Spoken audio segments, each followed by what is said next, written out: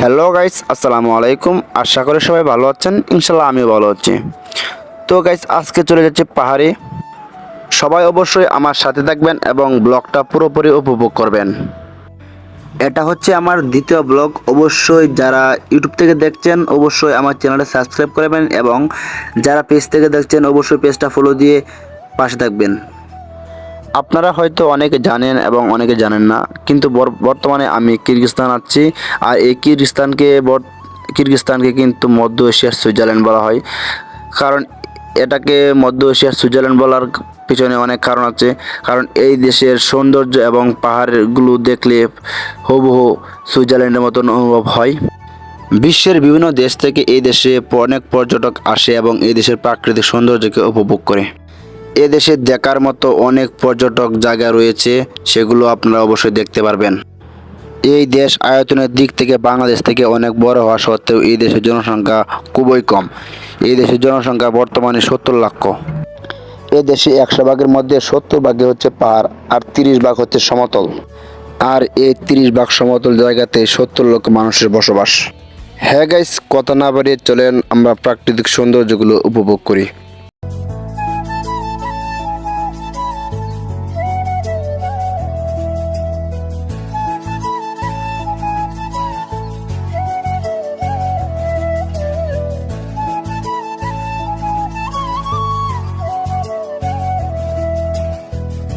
হ্যাঁ গাইস, আমরা অনেক দূরে পাহাড়ে ঘুরতে যাব, তাই আমাদেরকে বেশি করে পেট্রোল নিতে হবে।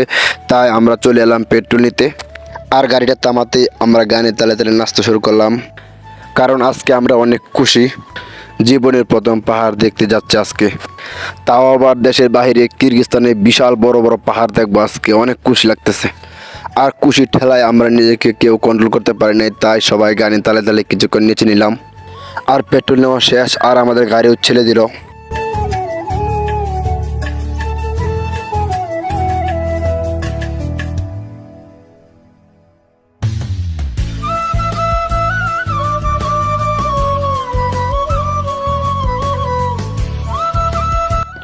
হ্যাঁ গাইস, এখন দেখা যাচ্ছে পাহাড়ি ঘরবাড়ি।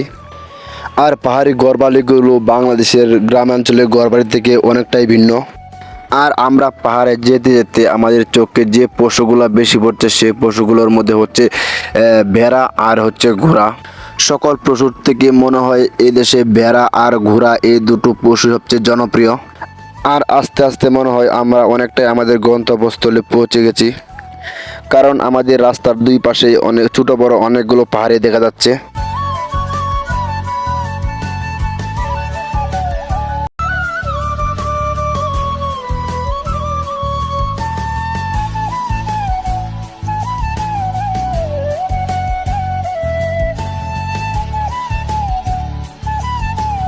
আর পাহাড়কে দূর থেকে আমার অনেক ভালো লাগতেছে, জানি না কাছে গেলে কেমন লাগে। তো চলেন কাছে গিয়ে দেখি কেমন লাগে। কাছে না গেলে তো আর বোঝা যাবে না কেমন লাগে।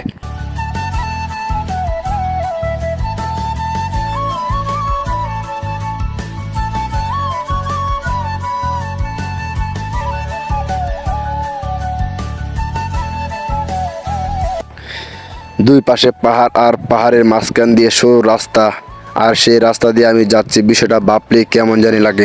অনেক দিনের আশা ছিল যে কাছ থেকে পাহাড় দেখবো, আজ সেই আশাটা পূরণ হতে যাচ্ছে। আর তাও যদি হয় দেশের বাইরে, সেই বিষয়টা আরেকটু ভালো লাগার মতো। তো চলেন আজকে আমরা মন ভরে পাহাড় দেখব আর প্রাকৃতিক সৌন্দর্যকে খুব কাজের করে নেব।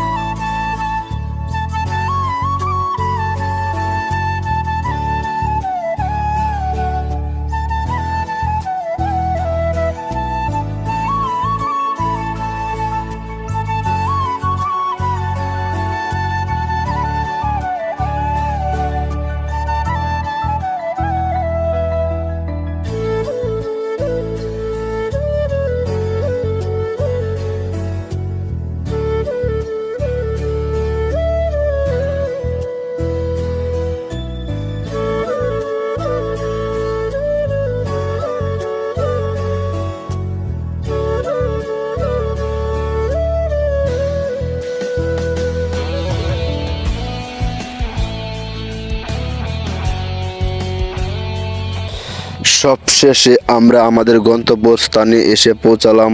আর এখানে পৌঁছে আমি একটু নিচের দিকে নামতেছি, আর নেমে দেখেই পাশে একটি হ্রদ বয়ে গেছে। সেই হ্রদ দিয়ে পানি বয়ে যাচ্ছে। আর আমার কলিগগণ আমার আগে এখানে চলে এসেছে, আর এখানে এসে তারা অলরেডি পিকচার তোলা শুরু করে দিয়েছে। আর এই হ্রদের পানিটা ভীষণ ঠান্ডা এবং স্বচ্ছ পানি।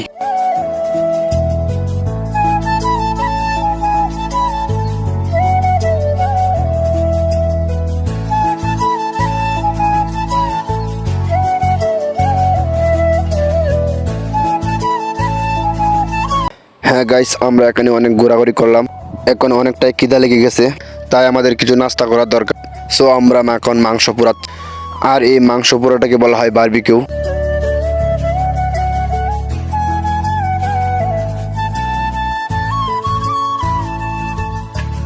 হ্যাঁ গাইস, আমাদের এখন নাস্তা করা শেষ।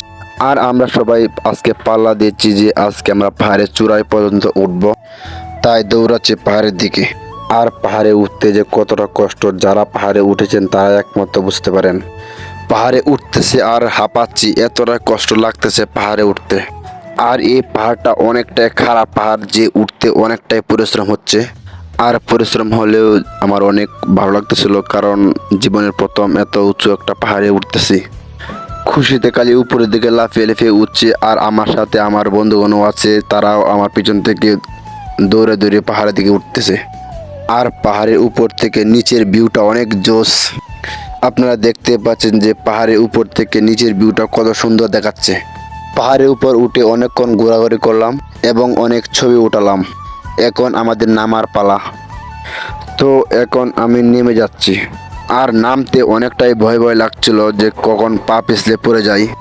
পাহাড়ে যারা উঠেছেন তারা হয়তো বলতে পারবেন যে পাহাড়ে উঠা যতটা কঠিন, নামাটা তার চেয়ে আরও বেশি কঠিন। কারণ উঠার সময় শুধু পরিশ্রমই হয়, কোনো ভয় লাগে না, কিন্তু নামার সময় পরিশ্রম এবং ভয় দুটোই হয়। দেখেন আমার বন্ধুরা কীভাবে নামছে, তারা আস্তে আস্তে করে পা বাড়াচ্ছে যাতে তারা পিছলে না পড়ে যায়। তো গাইস, পাহাড় থেকে নেমে আমরা হালকা কিছু নাস্তা করে আমাদের বাসার দিকে রওনা দিলাম। কারণ এখানে বেশিক্ষণ থাকা যাবে না, কারণ এই এলাকায় অনেক ঠান্ডা এবং সন্ধ্যা নেমে আসছে, তাই আমাদের বাসার দিকে রওনা দিতে হচ্ছে। তো গাইস, এই ব্লগটা কার কেমন লেগেছে অবশ্যই কমেন্টে জানাবেন, এবং পরবর্তী এরকম ব্লগ পেতে অবশ্যই কমেন্টে জানিয়ে যাবেন। তো গাইস, আজকে এই পর্যন্ত। সকলকে ধন্যবাদ। সকলেই ভালো থাকবেন, সুস্থ থাকবেন। আসসালামু আলাইকুম।